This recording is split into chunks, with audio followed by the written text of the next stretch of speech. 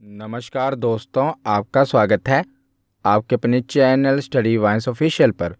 तो आज की इस वीडियो में हम फिजिक्स का नेक्स्ट इम्पोर्टेंट टॉपिक मोशन के टाइप्स देखेंगे।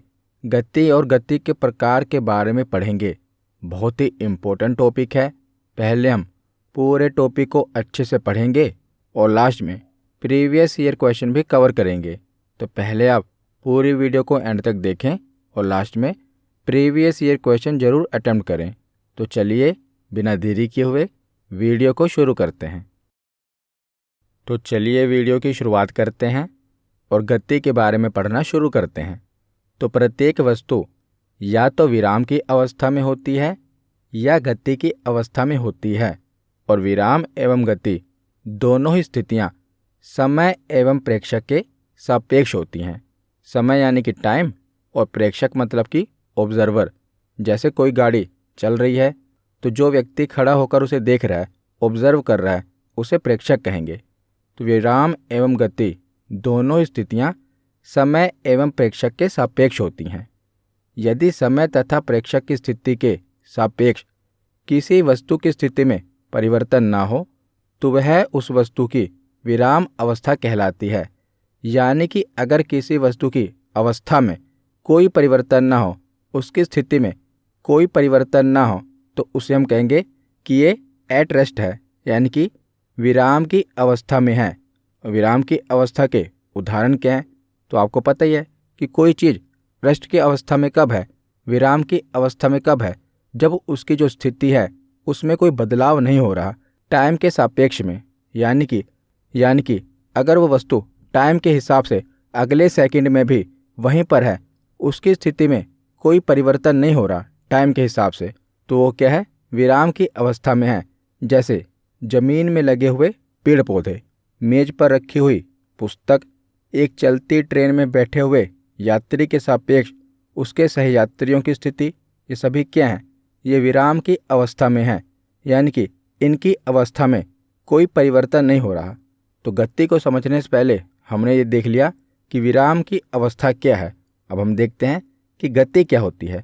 तो इसके विपरीत यदि समय तथा प्रेक्षक की स्थिति के सापेक्ष वस्तु की स्थिति में परिवर्तन हो तो यह प्रक्रिया गति कहलाती है। यानी कि टाइम और प्रेक्षक की स्थिति के सापेक्ष उनके रेलिवेंस में जो स्थिति है उसकी अवस्था में परिवर्तन हो रहा है। किसी वस्तु को आप ऑब्जर्व कर रहे हैं और अगले ही पल उसकी अवस्था में परिवर्तन हो रहा है, तो क्या है, वो वस्तु गति कर रही है। जैसे पृथ्वी पर स्थित किसी व्यक्ति के सापेक्ष चलते हुए वाहन, झरने से गिरता हुआ जल, ये क्या है, ये गति कर रहे हैं।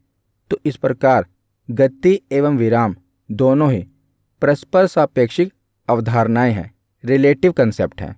तो जो गति है और विराम अवस्था है ये ऑब्जर्वर के ऊपर डिपेंड है कि ऑब्जर्वर कहाँ पर ऑब्जर्व कर रहा है। जैसे उदाहरण के लिए देखा जाए तो एक गतिमान कार में कुछ व्यक्ति यात्रा कर रहे हैं। यानी कि एक कार चल रही है, उसके अंदर कुछ व्यक्ति यात्रा कर रहे हैं, और जब कार सड़क पर गतिमान अवस्था में है तो जो कार के सहयात्री हैं एक दूसरे के सापेक्ष विराम अवस्था में होते हैं। यानी कि कार के अंदर जो बैठे हुए यात्री हैं, सहयात्री हैं, जब वो एक दूसरे को ऑब्जर्व कर रहे हैं तो उनकी अवस्था में कोई परिवर्तन नहीं हो रहा, क्योंकि वो यात्री तो अपनी सीट पर बैठे हुए हैं, उनकी अवस्था में कोई परिवर्तन नहीं हो रहा, तो ये विराम अवस्था में है। लेकिन जब वो खिड़की के बाहर देखेंगे ना, तो जो बाहर की वस्तुएं हैं जैसे पेड़ पौधे, दूसरी चलती हुई गाड़ियाँ, वो ये देखेंगे तो वो गतिशील अवस्था में है। तो ये ऑब्जर्वर के ऊपर डिपेंड है, ये एक रिलेटिव कंसेप्ट है। यानी कि कार के अंदर बैठे हुए सहयात्री जब एक दूसरे को देख रहे हैं तो वो कंपेयर कर रहे हैं टाइम के हिसाब से कि पहले भी ये व्यक्ति यहीं पर बैठा था और अगले पल भी ये व्यक्ति यहीं पर बैठा है। यानी कि इसकी अवस्था में परिवर्तन नहीं हो रहा, तो ये विराम अवस्था में है। लेकिन जब वो कार की खिड़की के बाहर देखेंगे तो वो देखेंगे कि जो उनकी कार है वो मूव कर रही है, वो गतिमान अवस्था में है। तो ये दोनों ही रिलेटिव कंसेप्ट हैं। तो आगे अब हम गति के प्रकार देखते हैं, मोशन के टाइप्स देख लेते हैं। तो जो मोशन के टाइप्स हैं ना, इन्हें 3 बेसिस पर डिवाइड किया गया है। पहला, on the basis of dimension, यानी कि विमीय आधार पर इसे 3 भागों में बांटा गया है। एक विमीय गति, द्विविमीय गति और त्रिविमीय गति। और दूसरा, पथ के आधार पर, पाथ के बेसिस पे इसे 4 भागों में बांटा गया है। स्थानांतरीय गति, घूर्णन गति, दोलन अथवा कंपन गति, प्रक्षेपीय गति जिसे हम प्रोजेक्टाइल मोशन कहते हैं। तो इनको आगे हम डिटेल में पढ़ेंगे और यहाँ से इनके उदाहरण से बहुत सारे प्रश्न बनते हैं। तो पथ के आधार पर 4 भागों में बांटा गया है। और तीसरा है दोहराव के आधार पर, रेपिटिशन के आधार पर इन्हें 2 भागों में बांटा गया है, आवर्त गति और सरल आवर्त गति। तो सबसे पहले हम डायमेंशन के आधार पर देख लेते हैं, विमीय आधार पर देख लेते हैं, जिनमें इन्हें 3 भागों में बांटा गया है। पहला प्रकार है एक विमीय गति, जिसे वन डायमेंशनल मोशन कहते हैं। तो वन डायमेंशनल मोशन क्या है? तो यदि कोई पिंड, साइंस में जब भी पिंड वर्ड यूज़ हो ना, पिंड मतलब होता है बॉडी, तो साइंस में किसी भी वस्तु या बॉडी को बताने के लिए पिंड वर्ड यूज़ होता है। यानी कि किसी वस्तु के बारे में बताना है तो वहाँ पर लिखा होगा पिंड। तो यदि कोई पिंड किसी भी दिशा में एक सरल रेखा में गति करता है तो इसे एक विमीय गति कहा जाता है। तो कोई भी वस्तु अगर एक स्ट्रेट लाइन में मोशन करती है, मूव करती है, तो इसे एक विमीय गति कहा जाएगा। और इसमें वस्तु की केवल एक ही विमा परिवर्तनशील होती है। जैसे या तो जो वस्तु होगी वो लंबाई में मूव करेगी या चौड़ाई में या ऊंचाई में, यानी केवल एक ही डायमेंशन में वो मूव करेगी। तो ये बहुत ही आसान है, यानी कि जो वस्तु है वो एक स्ट्रेट लाइन में मूव करेगी। तो एक विमीय गति के दौरान पिंड की स्थिति को दर्शाने के लिए केवल एक ही कोऑर्डिनेट की आवश्यकता होती है। उदाहरण के लिए, सीधी सड़क पर गतिमान वाहन, एक निश्चित ऊंचाई से गिराई गई वस्तु की गति। तो जैसे एक सड़क है, सड़क पर आप देखेंगे कि अगर कार एक सीधी रेखा में चल रही है, यानी कि वो ना तो लेफ्ट मुड़ रही है ना राइट मुड़ रही है, केवल सीधी रेखा में वो चल रही है, तो ये क्या होगा? ये एक डायमेंशन में वो मूव कर रही है। अगर कोई वस्तु ऊपर से गिराई जाए और सीधी रेखा में आके गिरे तो उसे क्या कहा जाएगा? तो इसे वन डायमेंशनल मोशन कहा जाएगा। वन डायमेंशनल मोशन में केवल जो वस्तु होगी एक सरल रेखा में गति करेगी, एक ही डायमेंशन में गति करेगी। इसके बाद देखते हैं 2 डायमेंशनल मोशन। तो जब भी कोई पिंड एक ऐसे तल में गति करता है जिसमें उसकी स्थिति को दर्शाने के लिए 2 अक्षों के निर्देशांकों की ज़रूरत होती है, यानी कि 2 कोऑर्डिनेट्स की ज़रूरत होती है, तो उसे द्विविमीय गति कहते हैं। तो बहुत ही आसान है। एक विमीय गति में क्या था? 1 डायमेंशन की ज़रूरत थी, लेकिन द्विविमीय गति में क्या होगा? 2 डायमेंशन मोशन होगा। उसमें क्या था कि कोई वस्तु है वो सीधी रेखा में चल रही है। जैसे कार का एग्जाम्पल ले लो कि जो कार है वो सड़क पर सीधी रेखा में चल रही है, लेकिन 2 डायमेंशन में क्या होगा? वो सीधी रेखा में भी चल रही है और साथ में लेफ्ट टर्न भी ले रही है, राइट टर्न भी ले रही है, यानी कि 2 डायमेंशन में चल रही है। तो इसमें वस्तुएं एक साथ 2 विमाओं में परिवर्तनशील होती हैं, यानी कि लंबाई एवं चौड़ाई अथवा चौड़ाई एवं ऊंचाई अथवा लंबाई एवं ऊंचाई, यानी कि उनकी 2 विमाओं में परिवर्तनशील होगा। जैसे देखा जाए, उदाहरण के रूप में देखा जाए तो तोप से दागे हुए गोले की गति, नदी में नाव की गति और किक मारने के बाद हवा में फुटबॉल की गति, ये किसका उदाहरण है? तो ये 2 डायमेंशनल मोशन का उदाहरण है। जैसे आप फुटबॉल को किक मारने पर देखिए कि जब फुटबॉल को किक मारी जाएगी तो एक तो जो फुटबॉल है उसकी एक दूरी होगी, यानी कि एक लंबाई होगी। एक दूरी पर जाकर वो गिरेगी ना, तो एक तो उसकी लंबाई हो गई, तो ये एक 1 डायमेंशन हो गया। लेकिन जब फुटबॉल को किक मारी जाएगी तो क्या केवल वो दूरी पर सीधी रेखा में जाकर गिरेगी? नहीं ना, उसको जब किक मारी जाएगी तो उसकी एक ऊंचाई भी होगी। तो आप देख रहे हैं ये 2 डायमेंशन है। एक तो उसकी ऊंचाई हो गई और ऊंचाई के साथ साथ वो एक लंबाई पर जाकर गिरेगी, तो ये 2 डायमेंशन हो गई ना। इसकी 2 विमाओं में परिवर्तन हुआ। तो जब भी फुटबॉल को किक मारी जाएगी तो ऐसा नहीं होगा कि वो केवल कितनी दूर गिरी, ये भी देखा जाएगा कि उसकी कितनी ऊंचाई थी। आजकल जैसे IPL चल रहा है, तो IPL में आप देखते होंगे कि जब भी कोई बैट्समैन 6 मारता है ना, तो जब वो 6 मारता है तो आपको दिखाया जाता है, एक तो आपको ये दिखाया जाता है कि वो बॉल कितनी दूरी पर गई, और इसके साथ आपको इसकी हाइट भी दिखाई जाती है कि बॉल कितनी ऊंचाई पर गई। तो आप देख रहे हैं ये किसका उदाहरण है? तो इनमें 2 डायमेंशन में परिवर्तन हो रहा है, 2 विमाओं में परिवर्तन हो रहा है। तो इसे द्विविमीय गति कहा जाएगा, 2 डायमेंशनल मोशन कहा जाएगा। जैसे जब तोप से गोला दागा जाता है तो एक तो होगा वो गोला कितनी दूर जाकर गिरा, और उसके साथ गोले की कुछ ऊंचाई भी होगी ना जब गोला दागा जाएगा। तो इसमें भी 2 डायमेंशन परिवर्तन हो रहा है, तो इसी को 2 डायमेंशनल मोशन कहा जाएगा। तो आशा करता हूँ आपको समझ में आया होगा। अब आगे हम 3 डायमेंशनल मोशन देखते हैं, त्रिविमीय गति देखते हैं। तो इसमें क्या होगा, तो 2 डायमेंशनल मोशन में 2 विमाओं में परिवर्तन हुआ था, तो 3 डायमेंशनल मोशन में क्या होगा, इसकी 3 विमाओं में परिवर्तन होगा। तो कैसे, जब कोई पिंड इस प्रकार की गति कर रहा है कि समय के साथ उसकी स्थिति तीनों विमाओं में परिवर्तित हो रही है, तो उसे त्रिविमीय गति कहा जाएगा। और इसमें तीनों अक्षों के निर्देशांकों की आवश्यकता होती है। उदाहरण के रूप में देखा जाए तो आकाश में जो पतंग उड़ती है, वायुयान यानी कि जो हवाई जहाज उड़ता है, पक्षियों की गति, गैसीय अणुओं की गति, ये 3 डायमेंशनल मोशन होती है। तो 1 डायमेंशनल मोशन में क्या था कि कोई वस्तु एक स्ट्रेट लाइन में चल रही है।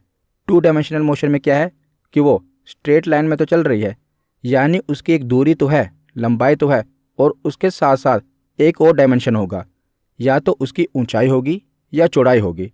जैसे हमने फुटबॉल को किक मारने का उदाहरण देखा था कि एक तो फुटबॉल की दूरी है और एक उसकी ऊंचाई है, तो 2 डायमेंशन हो गया।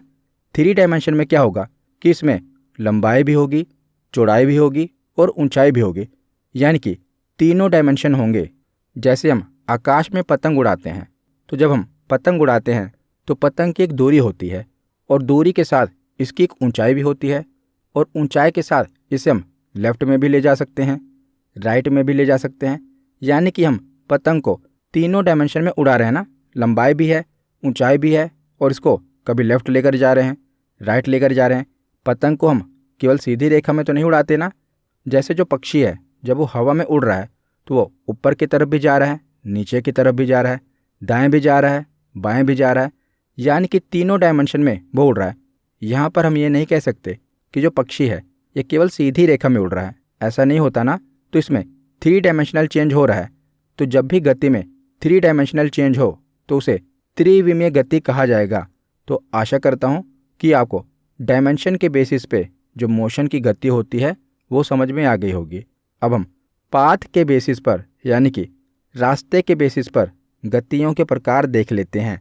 तो यह गतियों का वर्गीकरण का सर्वाधिक सामान्य आधार है, और इसके अंतर्गत गतिमान वस्तु के पथ के प्रकार तथा उसके स्थान में परिवर्तन आदि आधारों पर गति के निम्नलिखित स्वरूप निर्धारित किए गए हैं। तो पाथ के बेसिस पर जो वस्तुएं हैं उन्हें 4 प्रकार में बांटा गया है। पहला प्रकार है स्थानांतरीय गति, ट्रांसलेटरी मोशन। दूसरा है घूर्णन गति, रोटेटरी मोशन।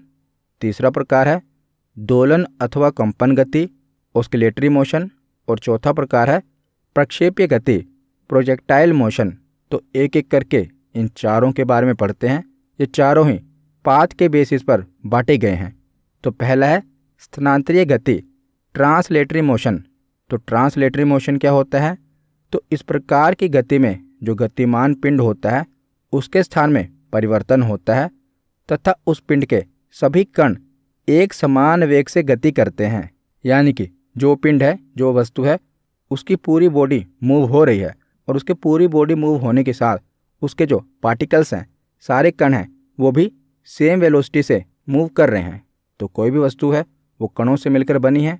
तो स्थानांतरीय गति में क्या है, जैसा कि नाम क्या है, स्थानांतरीय गति की वस्तु के स्थान में परिवर्तन हो रहा है कि पहले वो वस्तु यहाँ पर थी, उसके बाद कहीं और पर है, यानी कि वस्तु के स्थान में परिवर्तन हो रहा है। जैसे पृथ्वी की गति, ट्रेन की गति, गैसीय अणुओं की गति। तो स्थानांतरीय गति को हम और डिटेल में समझते हैं। तो स्थानांतरीय गति को भी आगे टाइप्स में बांटा गया है। जैसे हम पढ़ रहे हैं कि जो गतियों के प्रकार हैं पाथ के बेसिस में, तो पहला बेस है स्थानांतरीय गति, और स्थानांतरीय गति को भी आगे बांटा गया है। जैसे पहले है सरल रेखीय गति, रेक्टिलिनियर मोशन।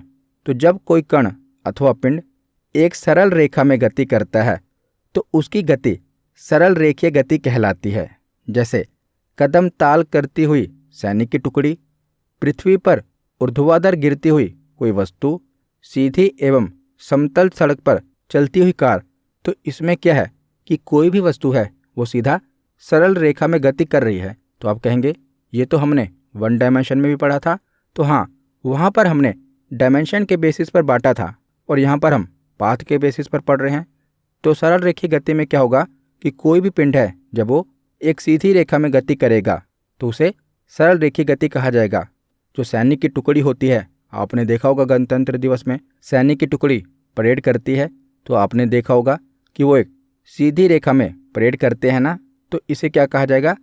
सरल रेखीय गति कहा जाएगा। और एक है वक्रीय गति, कर्विलिनियर मोशन। तो वक्रीय गति क्या होगा? तो जब कोई पिंड किसी घुमावदार अथवा वक्रीय पथ पर गति करता है तो उसकी गति वक्रीय गति कहलाती है। और इस गति में पिंड की दिशा में परिवर्तन के साथ उसकी वेलोसिटी में भी परिवर्तन होता है, क्योंकि जब भी कोई वस्तु एक सीधी रेखा में गति कर रही है तो हो सकता है कि उसकी वेलोसिटी चेंज ना हो, लेकिन जब वस्तु किसी वक्र रेखा में गति कर रही है तो उसकी वेलोसिटी में चेंज होगा, उसके वेग में परिवर्तन होगा। जैसे उदाहरण है कि घुमावदार सड़क पर मुड़ती हुई कार, खिलाड़ी के द्वारा बास्केटबॉल को बास्केट में डालना और डॉल्फिन के द्वारा समुद्र में गोता लगाना। तो इसके नाम से ही क्लियर है, वक्रीय गति में क्या होगा कि कोई भी वस्तु है वो सीधी रेखा में नहीं चलेगी, बल्कि उसका जो रास्ता होगा वो घुमावदार होगा। जैसे आप ये उदाहरण में देख रहे हैं, ये डायग्राम में देख रहे हैं कि जो कार है वो सीधी सड़क पर नहीं चल रही बल्कि घुमावदार सड़क पर चल रही है। तो ये क्या होगा? ये वक्रीय गति होगा।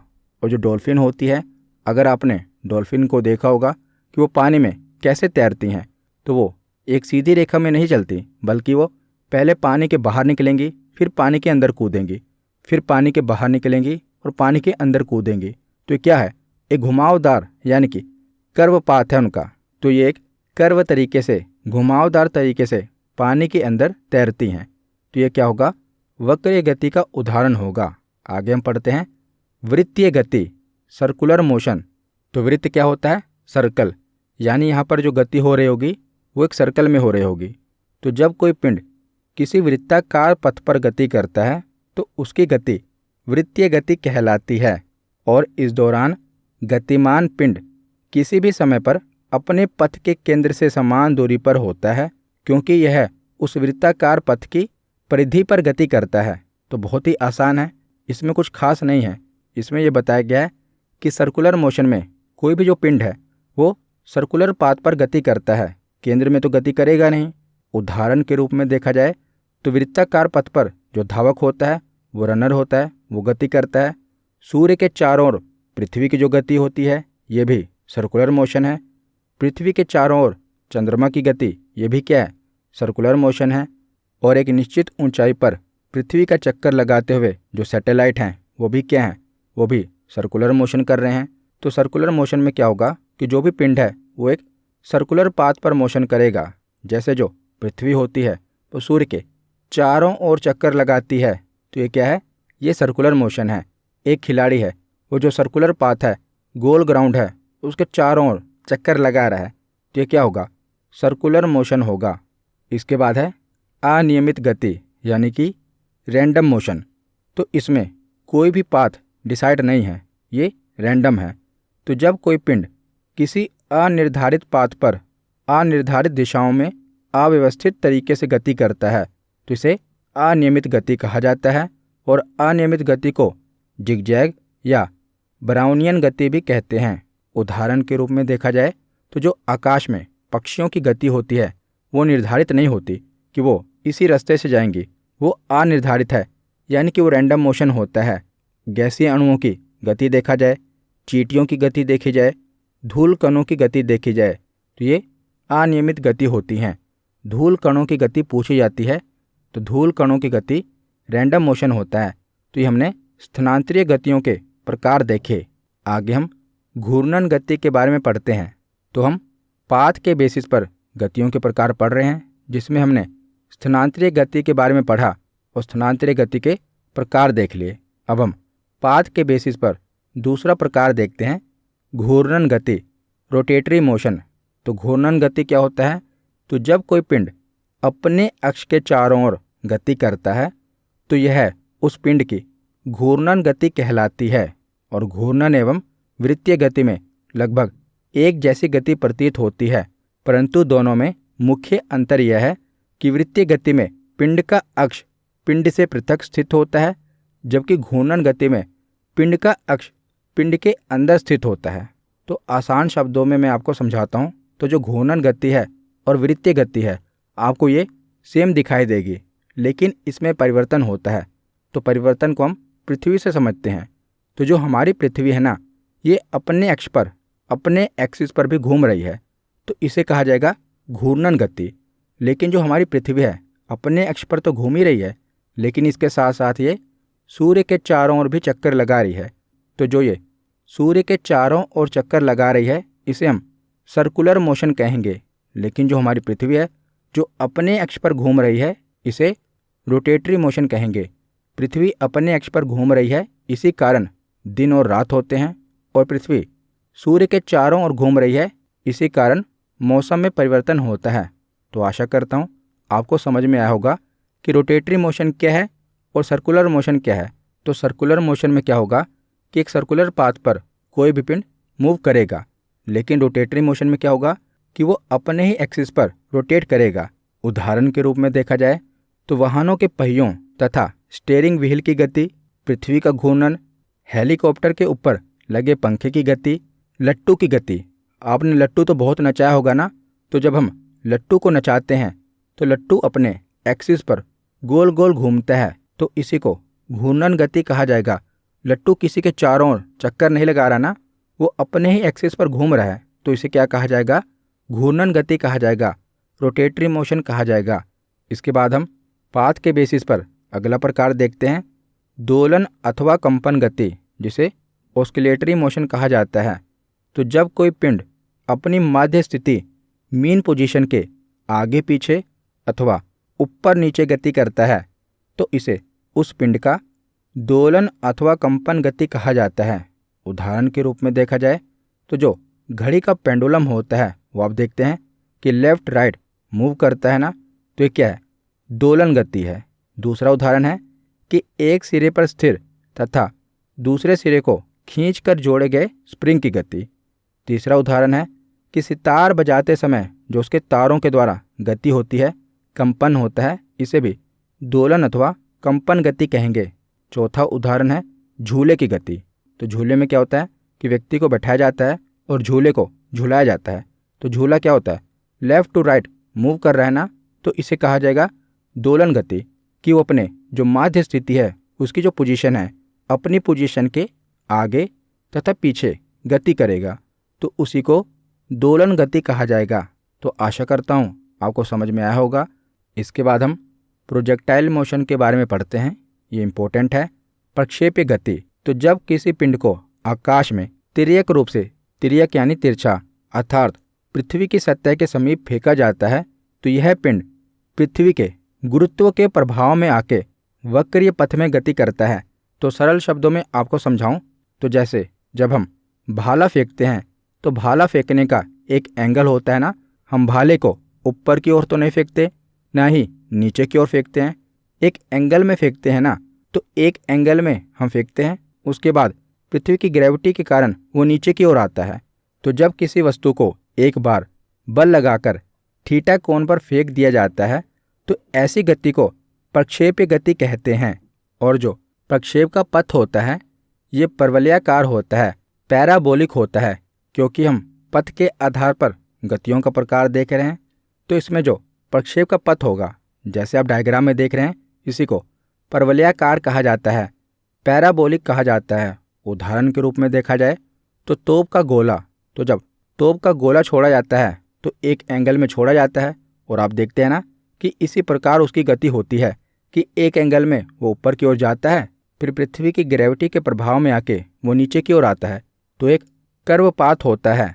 तो तोप का गोला, भाला फेंकना या छक्का मारने पर बॉल की गति, ये सब क्या हैं?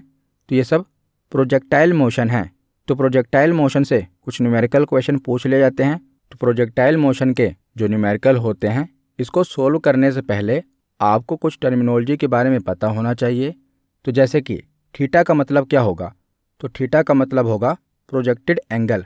तो जब कोई व्यक्ति भाला फेंकता है तो उसका एक एंगल होता है ना, उसी को प्रोजेक्टेड एंगल कहा जाएगा। दूसरा है प्रारंभिक वेग। तो प्रारंभिक वेग को हम यू से दर्शाते हैं।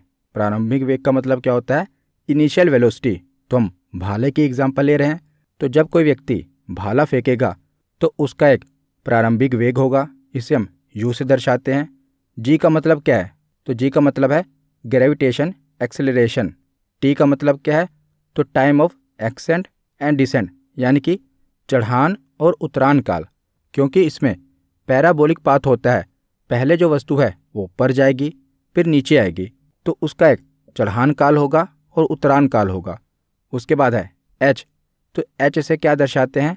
तो मैक्सिमम हाइट। तो जब भी कोई वस्तु एक एंगल पर फेंकी जाएगी तो उसकी एक मैक्सिमम हाइट होगी ना, अपनी मैक्सिमम हाइट पर पहुंचने के बाद वो नीचे की ओर गिरने लगेगी। उसके बाद है आर। आर से हम रेंज को दर्शाते हैं। उसके बाद है टी। टी यानी कि टाइम ऑफ फ्लाइट, जिसे हम उड्डयन काल को दर्शाते हैं, टाइम को दर्शाते हैं। तो पहले हम देखते हैं कि प्रक्षेप के दौरान भूमि पर तय की गई दूरी को परास या रेंज कहते हैं।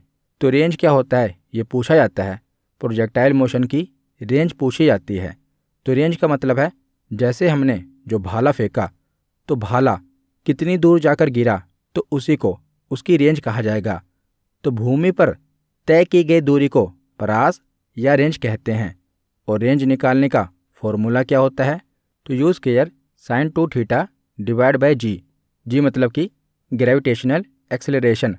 तो पृथ्वी पर जो जी की वैल्यू होती है 9.8 मीटर पर सेकंड होती है, लेकिन हम सम में सोल्व करने के लिए इसे राउंड ऑफ कर देते हैं और 10 मान लेते हैं। लेकिन अगर क्वेश्चन में स्पेशली दिया हो कि इसे 9.8 ही लेना है तो 9.8 ही लिया जाएगा, लेकिन हम इसे सोल्व करने के लिए अगर नहीं दिया तो 10 मान लेते हैं। तो एक भाले को अगर 60 मीटर पर सेकंड के वेग से 30 डिग्री के एंगल पर फेंका जाता है, तो बताइए वह कितनी दूरी पर जाकर गिरेगा। तो मैंने आपको बताया कि दूरी अगर पूछी हो तो वो रेंज होगा। तो यहाँ पर रेंज का फॉर्मूला लगेगा, तो U square sine 2 theta divide by G. तो यू स्क्वायर, यू का मतलब क्या है? Initial velocity. तो इनिशियल वेलोसिटी कितनी है? 60 मीटर पर सेकंड। बताया गया ना कि किसी भाले को 60 मीटर पर सेकंड के वेग से फेंका जा रहा है, तो 60 का स्क्वायर कर दो मल्टीप्लाई साइन 2 थीटा। तो साइन 2 और थीटा की वैल्यू कितनी दी है? 30। डिवाइड कैसे करना है? तो जी की वैल्यू मैंने आपको बताया कि 10 मान के आपको चलना है, तो डिवाइड बाय 10। तो 60 का स्क्वायर हो गया 3600 और साइन 2 मल्टीप्लाई 30 साइन 60 हो गया। डिवाइड करना है आपको 10 से। तो 60 का स्क्वायर 3600 हमने ले लिया और साइन 60 की वैल्यू कितनी होती है? तो आपने मैथ में पढ़ा होगा, साइन 60 की वैल्यू होती है √3/2। इसको डिवाइड बाय 10 से कर देना है। तो इसको अगर आप सोल्व करेंगे तो 180 √3 होगा। √3 की वैल्यू निकालने की ज़रूरत नहीं है। उसके बाद आगे देखते हैं कि 45 डिग्री पर रेंज का अधिकतम मान होता है। तो याद रखिएगा कि अगर किसी वस्तु को 45 डिग्री एंगल पर फेंका जाएगा ना, तो वो वस्तु हमेशा अपनी अधिकतम दूरी पर जाएगी। तो 45 डिग्री पर जो रेंज का मान होता है ये अधिकतम हो जाता है। इसी कारण भाले को 45 डिग्री के कोण पर फेंका जाता है। तो एक भाले को 12 मीटर पर सेकंड की वेग से 45 डिग्री के कोण पर फेंका जाता है, तो इसकी रेंज बताओ। तो इनिशियल वेलोसिटी कितनी है? 12 मीटर पर सेकंड। तो 12 का स्क्वायर हो जाएगा साइन 2 थीटा। तो थीटा की वैल्यू है 45 डिवाइड बाय 10 से होगा। तो 12 का स्क्वायर होता है 144 और साइन 2 को मल्टीप्लाई बाय 45 से कर दो तो साइन 90 डिग्री आ जाएगा। और साइन 90 डिग्री का मान कितना होता है? तो 1 होता है। तो आप देख रहे हैं यहाँ से प्रूव होता है, क्योंकि जब 1 से मल्टीप्लाई होगा तो जो वैल्यू होगी वो सेम होगी। और यहाँ पर अगर साइन 90 डिग्री बनेगा तब भी वो मान 1 आएगा। इसीलिए जो 45 डिग्री की रेंज है ये अधिकतम होती है। तो इसे हम सोल्व करेंगे तो 14.4 इसका आंसर आएगा। इसके बाद आगे देखते हैं। तो ये हमने रेंज के बारे में पढ़ा और इसका उड्डयन काल भी पूछ लिया जाता है, टाइम ऑफ फ्लाइट भी पूछ लिया जाता है। तो टाइम ऑफ फ्लाइट क्या है? तो प्रक्षेप गति के दौरान कोई वस्तु जितनी देर हवा में रहती है ना, उस समय को उड्डयन काल कहा जाता है। जैसे जब भाला फेंका जाता है तो भाला कुछ देर तक हवा में रहता है ना, तो जितनी देर तक वो हवा में रहता है उसे टाइम ऑफ फ्लाइट कहा जाएगा। उसका उड्डयन काल कहा जाएगा और इसे भी निकालना पड़ता है। तो इसका फॉर्मूला क्या होता है? तो T बराबर 2u sin theta divide bye g, ये इसका फॉर्मूला होता है। जैसे उदाहरण देखिए कि एक तोप के गोले को 30 डिग्री के कोण पर 60 मीटर की वेग से फेंका जाता है, तो वह कितनी देर बाद पृथ्वी पर गिरेगा? वो कितनी देर बाद पृथ्वी पर गिरेगा मतलब क्या है कि वो कितनी देर तक हवा में रहा। तो इसका फॉर्मूला क्या है? 2u sin theta divide bye g। तो 2 मल्टीप्लाई बाय इनिशियल वेलोसिटी कितनी है? 60 से मल्टीप्लाई होगा और थीटा की वैल्यू कितनी दी है? 30। तो साइन 30 डिग्री डिवाइड बाय होगा 10 से। तो 60 दूनी 120 और साइन 30 डिग्री का मान क्या है? 1/2 और इसको डिवाइड कर दिया जाएगा 10 से। तो 120 मल्टीप्लाई बाय 1/2 है यानी कि 60। तो 6 आंसर आएगा। यानी कि जो तोप का गोला है ये 6 सेकंड तक हवा में रहेगा। तो इस फॉर्मूले से आप टाइम ऑफ फ्लाइट निकाल सकते हैं। इसके बाद हम मैक्सिमम हाइट देखते हैं, महत्तम ऊंचाई देखते हैं। तो जब भी वो वस्तु फेंकी जाएगी तो उसकी मैक्सिमम हाइट कहाँ पर होगी? तो जैसे आप देख रहे हैं, मैंने आपको बताया कि जो उसका पाथ होगा वो पैराबोलिक पाथ होगा। तो जो ये पॉइंट है ना, यहाँ पर जो वस्तु फेंकी गई है वो अपने मैक्सिमम हाइट पर होगी। इसके बाद क्या होगा कि ग्रेविटी के कारण पृथ्वी उसे अपनी ओर खींचेगी, तो ये उसकी मैक्सिमम हाइट होगी। तो प्रक्षेप के दौरान वस्तु विभिन्न ऊंचाई पर गति करती है और इन सभी में से जो उसकी सबसे अधिक ऊंचाई होती है ना, उसी को महत्तम ऊंचाई कहा जाता है, मैक्सिमम हाइट कहा जाता है। और हम मैक्सिमम हाइट भी निकाल सकते हैं। इसका फॉर्मूला क्या होता है? u square sine square theta divide bye 2g। तो ये 3 फॉर्मूले हैं और आपको याद करने पड़ेंगे क्योंकि यहाँ से प्रश्न बनता है। एक तो रेंज का फॉर्मूला, दूसरा टाइम ऑफ फ्लाइट का फॉर्मूला और तीसरा मैक्सिमम हाइट निकालने का फॉर्मूला। तो अगर आपको फॉर्मूला याद होगा तो प्रश्न बहुत ही आसानी से बन जाएगा। तो ये तीनों फॉर्मूले आपको याद होने चाहिए। तो इसके बाद हम आगे देखते हैं। तो पुनरावृत्ति के आधार पर गति का प्रकार देख लेते हैं। रेपिटेशन के बेसिस पर गति का प्रकार देख लेते हैं। तो इसके बेसिस पर गति को 2 भागों में डिवाइड किया गया है। पहला भाग है आवर्ती गति, जिसे पीरियोडिक मोशन कहा जाता है। तो पीरियोडिक मोशन क्या होता है? तो जब किसी गतिमान पिंड के द्वारा एक ही पथ में एक निश्चित समय अंतराल में अपनी गति की रिपीटेशन होती है तो इसी को आवर्ती गति कहा जाता है। और आवर्ती गति करने वाले पिंड पथ पर स्थित किसी बिंदु से प्रारंभ होकर पुनः उसी बिंदु तक पहुंचने में लगा समय उसका समय अंतराल अथवा आवर्तकाल होता है। तो उदाहरण से आप समझिए, जैसे जो घड़ी की विभिन्न सुइयां होती हैं उनके द्वारा जो गति की जाती है वो आवर्ती गति होती है, क्योंकि जो घड़ी की तीनों सुइयां हैं वो एक टाइम पर अपने पथ पर दोबारा रिपीट होती हैं। जैसे जो सेकंड वाली सुई है वो 60 सेकंड में दोबारा रिपीट होगी, मिनट वाली सुई है वो 60 मिनट में दोबारा रिपीट होगी और जो घंटे वाली सुई है वो 12 घंटे में रिपीट होगी। तो इसी को पुनरावृत्ति कहते हैं, पीरियोडिक मोशन कहते हैं। इसमें एक निश्चित समय अंतराल पर एक निश्चित टाइम पीरियड पर जो गति होती है वो रिपीट होती है। तो इसी को पीरियोडिक मोशन कहा जाता है। और एक है सिंपल हार्मोनिक मोशन, सरल आवर्त गति। तो जब कोई पिंड एक सरल रेखा में आगे पीछे गति करता है तो इसी गति को सरल आवर्त गति कहा जाता है। तो जैसे जो घड़ी का लोलक होता है यानी कि पेंडुलम होता है, इसके द्वारा जो गति होती है ये सरल आवर्त गति होती है। ये भी रिपीट हो रही है लेकिन ये बहुत ही सिंपल है। इसका भी पेंडुलम रिपीट हो रहा है लेकिन ये आगे पीछे की ओर रिपीट हो रहा है। तो ये सिंपल हार्मोनिक मोशन है। तो यहाँ पर हमारा थ्योरी सेक्शन कंप्लीट होता है। अब हम प्रीवियस ईयर क्वेश्चन देखते हैं। तो पहला प्रश्न है कि गति की मुख्य परिभाषा है, गति समय के संबंध में डैश में निरंतर परिवर्तन है, गति में, दिशा में, अवस्था में या बल में। तो गति क्या है? समय के संबंध में उसकी अवस्था में परिवर्तन है। तो ऑप्शन सी इसका सही जवाब है। अगला प्रश्न है कि निम्नलिखित में से कौन सी एक विमीय गति है? 1 डायमेंशन मोशन आपको बताना है। सीधे रेलवे ट्रैक पर दौड़ती ट्रेन, एक घुमावदार ट्रैक में आसमान में घूमते पक्षी, सूर्य के चारों ओर घूमता उपग्रह या एक कार के पहिए की गति। 1 डायमेंशन मोशन क्या है? तो सीधे रेलवे ट्रैक पर दौड़ती ट्रेन तो ऑप्शन ए इसका सही जवाब है। अगला प्रश्न है कि झूले की गति डैश गति का एक उदाहरण है। तो जो झूले की गति है ये कौन सी गति का उदाहरण है? तो ये दोलन गति। ऑप्शन सी इसका सही जवाब है। अगला प्रश्न है कि एक निकाय के द्वारा एक समान वृत्तीय गति करने पर निम्नलिखित में से क्या बदलता है? उसकी चाल बदलती है, द्रव्यमान बदलता है, दिशा बदलती है या गतिज ऊर्जा बदलती है? तो वृत्तीय गति करने पर यानी कि सर्कुलर पाथ पर मोशन करने पर क्या होता है कि दिशा बदलती है, क्योंकि वो सर्कुलर पाथ है, वृत्तीय पाथ है, तो उस पर क्या होगा कि उसकी दिशा में परिवर्तन होगा। तो ऑप्शन सी इसका सही जवाब है। अगला प्रश्न है कि घूर्णन गति की अवधारणा का परिचय देने के लिए निम्नलिखित में से कौन सा सबसे उपयुक्त निर्देशात्मक सहायक सामग्री होगी? पंखे के ब्लेड, दरवाजे का हैंडल, रस्सी चरखी प्रणाली या खिलौना गाड़ी? तो घूर्णन गति कहा गया है, तो घूर्णन गति का उदाहरण मैंने आपको बताया था।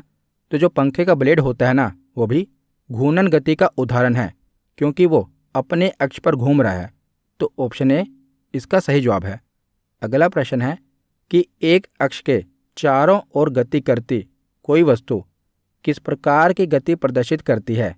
तो जब भी कोई वस्तु अपने अक्ष पर यानी कि एक अक्ष पर चारों ओर घूम रही है तो उसे क्या कहा जाएगा? घूर्णन गति कहा जाएगा।